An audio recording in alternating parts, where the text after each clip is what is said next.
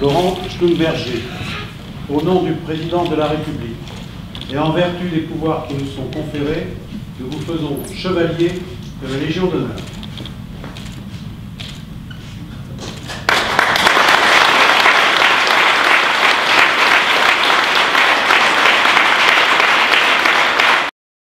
Chers amis, et je ne donnerai pas la kyrielle des titres des responsables civils, religieux, politiques qui sont ici présents, mais je les salue, je les vois et je leur exprime ma gratitude. Chers amis, Monsieur le Ministre, il m'a toujours semblé que la retenue était le premier signe de respect que l'on doit aux citoyens. À ressentir ainsi les choses, on s'expose aux soupçons de froideur. Fin de citation. Monsieur le Ministre, vous n'êtes pas protestant, mais vous faites des efforts. Vous comprendrez donc sans peine que ce qui se passe ici ce soir est pour moi un peu délicat. Je n'aime guère être mis en avant. En outre, ceux de mes ascendants qui ont été ainsi distingués ont reçu cette décoration à titre militaire ou en raison de services de haute valeur rendus à l'État, et je me sens un peu intrus en leur compagnie. De plus, je reçois cet honneur comme pasteur et président d'église, c'est-à-dire en quelque sorte à titre collectif, et il nous faudrait donc être nombreux de ce côté-ci de la salle. Enfin, cette distinction est censée récompenser, vous l'avez dit, des mérites éminents.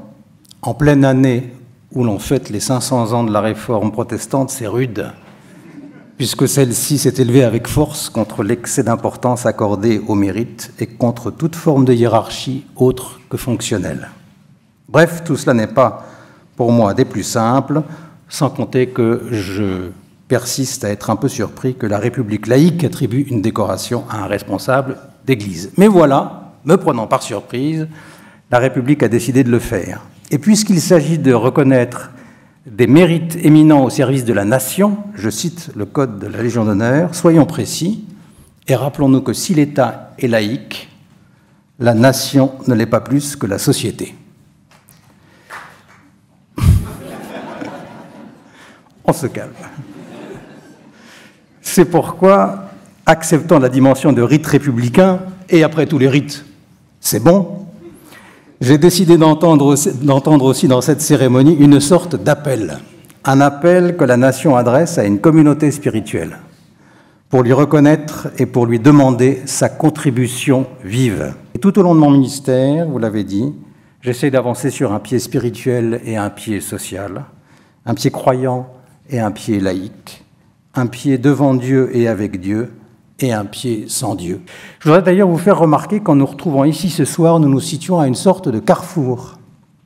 Nous sommes dans un bâtiment d'inspiration protestante, on ne dirait pas, avec les dorures, mais si, je vous assure, puisqu'il a été conçu par le réformé François Guizot, qui fut doublement votre prédécesseur comme président du Conseil et ministre des Affaires étrangères, lieu donc d'inspiration protestante, mais aussi à vocation mondiale, puisque ce bâtiment est symboliquement le lieu le plus international de la République. Mais surtout, nous nous situons ce soir très exactement à mi-chemin de l'aube de Pâques, dimanche dernier, et du premier tour de l'élection présidentielle, dimanche prochain. Nous voici donc comme mis en demeure de faire hic et nunc le lien entre ces deux horizons, l'un ouvert une fois pour toutes, incroyable événement par lequel le règne de Dieu fait brèche dans l'histoire et fonde une imprenable espérance. L'autre provisoire, jalon d'une vie commune où il nous faut sans cesse, ensemble, refaire société. Cette confiance inconditionnelle est puissamment libératrice. Elle est libératrice personnellement, car en effet, je me retrouve en quelque sorte dépréoccupé de moi-même, sans plus avoir besoin de justifier ma vie.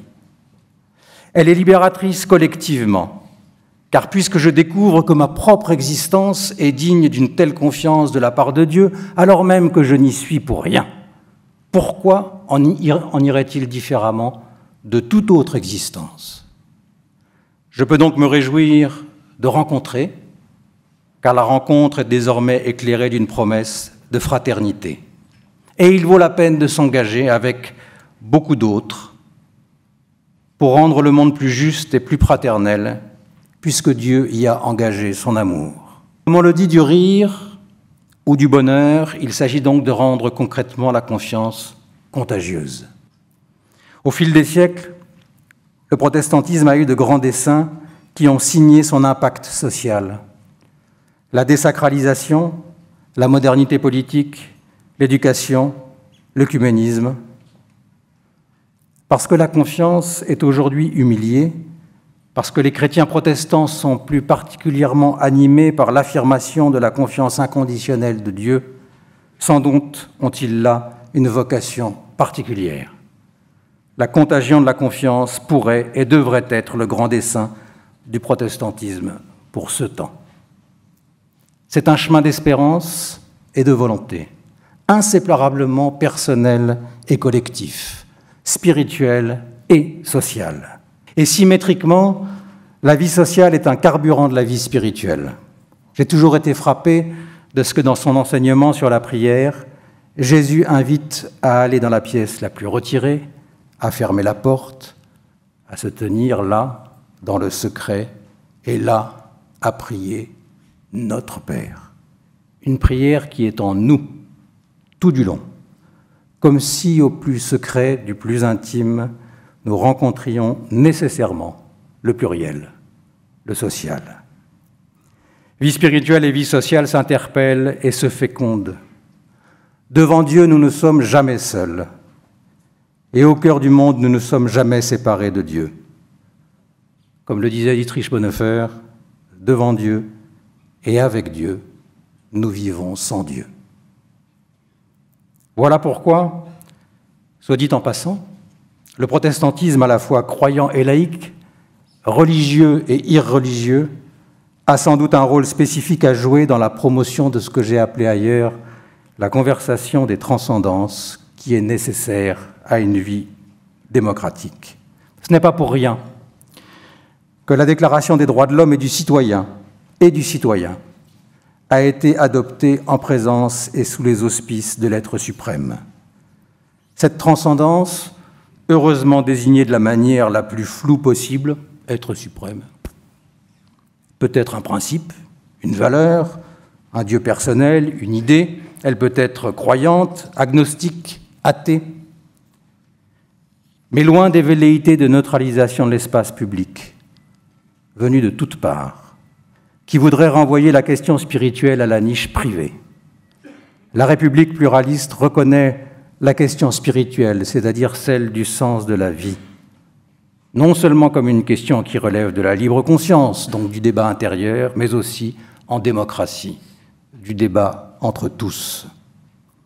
Elle le fait d'ailleurs déjà dans de rares lieux très appréciés, comme le Comité consultatif national d'éthique ou la Commission nationale consultative des droits de l'homme. La République gagnerait à encourager cette conversation dans ces temps où notre société est caractérisée, selon les mots de Paul Ricoeur, par un effacement de ses buts, comme si la rationalité croissante des moyens révélait progressivement l'absence de sens. Et contre l'esprit de prédation dans tous les domaines, j'exprime ma gratitude pour le monde, pour les autres, pour ma vie et ceux qui la tissent. Je fais mienne l'exclamation de l'apôtre Paul « Qu'as-tu que tu n'aies reçu ?» C'est cette gratitude qui est source de joie et qui fonde la responsabilité spirituelle et sociale. Et puisqu'il est question d'honneur ce soir, alors disons que service et gratitude sont des voies pour nous honorer les uns les autres et pour rendre honneur à Dieu. Merci donc à vous d'être là, compagnons de service, amis, famille, dans vos visages, et je pense aussi à toutes celles et ceux qui ne pouvaient pas être présents ce soir. Je vois des jalons d'un chemin passé. J'entends des appels à chanter la gratitude aujourd'hui. Je reçois des invitations à servir à nouveau demain. Merci à vous. Merci à Sophie, l'amour de ma vie, à nos enfants, à leurs conjoints et à nos petits-enfants. Et merci encore de votre hospitalité, cher Jean-Marc Ayrault. À Dieu seul soit toute gloire.